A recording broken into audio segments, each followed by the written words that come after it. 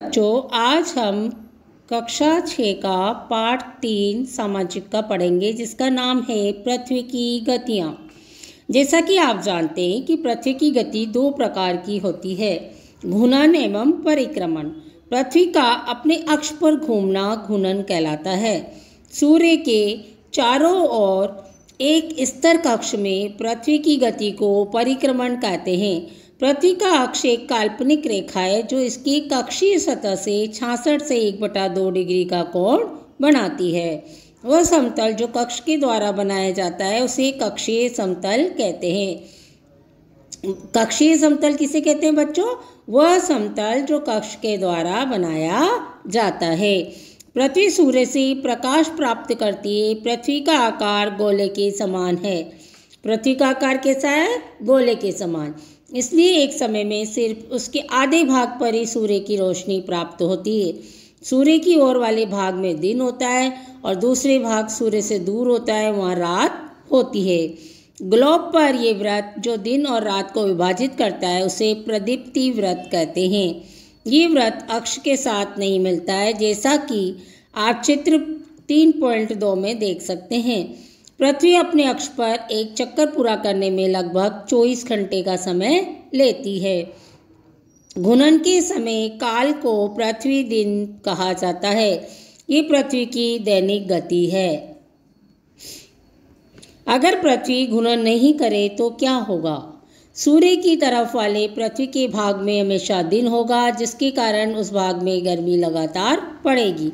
दूसरे भाग में हमेशा अंधेरा रहेगा और पूरे समय ठंड पड़ेगी। इस तरह की अवस्था में जीवन संभव नहीं हो पाएगा। इसका मतलब क्या हुआ बच्चों कि पृथ्वी का घूमना जरूरी है।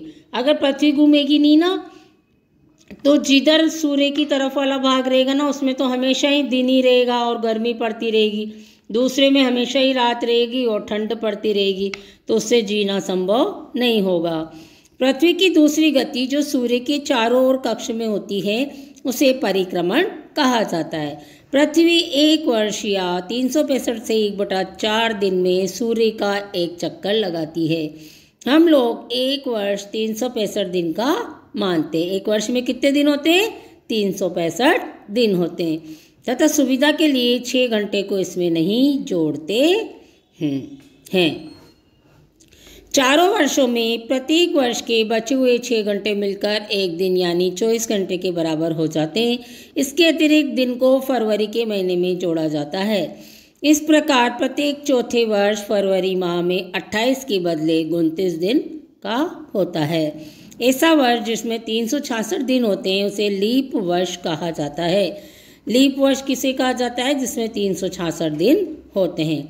पता लगाइए कि अगला लीप वर्ष कब होगा। चित्र 3.3 से स्पष्ट है कि पृथ्वी दीर्घ वृत्ताकार पथ पर सूर्य के चारों ओर चक्कर लगाती है। ध्यान दीजिए कि पृथ्वी पूरे कक्ष में ही एक ही दिशा में झुकी हुई है। सामान्यतः एक वर्ष को गर्मी, सर्दी, बसंत, शरद ऋतुओं में बांटा जाता है। ऋतुओं में परिवर्तन सूर्य के चारों ओर पृथ्वी की स्थिति में परिवर्तन के कारण होता है। चित्र 3.3 में आप देखेंगे कि 21 जून को उत्तरी गोलार्ध सूर्य की तरफ झुका हुआ है। सूर्य की किरणें कर्क रेखा पर सीधी पड़ती है। इसके परिणाम स्वरूप इन क्षेत्रों में ऊष्मा अधिक प्राप्त होती है। ध्रुवों के पास वाले क्षेत्रों में कम ऊष्मा प्राप्त होती है, क्योंकि वहाँ सूर्य की किरणें तिरछी पड़ती है। उत्तर ध्रुव सूर्य की तरफ झुका होता है। उत्तरी ध्रुव रेखा के बाद वाले भागों पर लगभग 6 महीने तक लगातार दिन रहता है।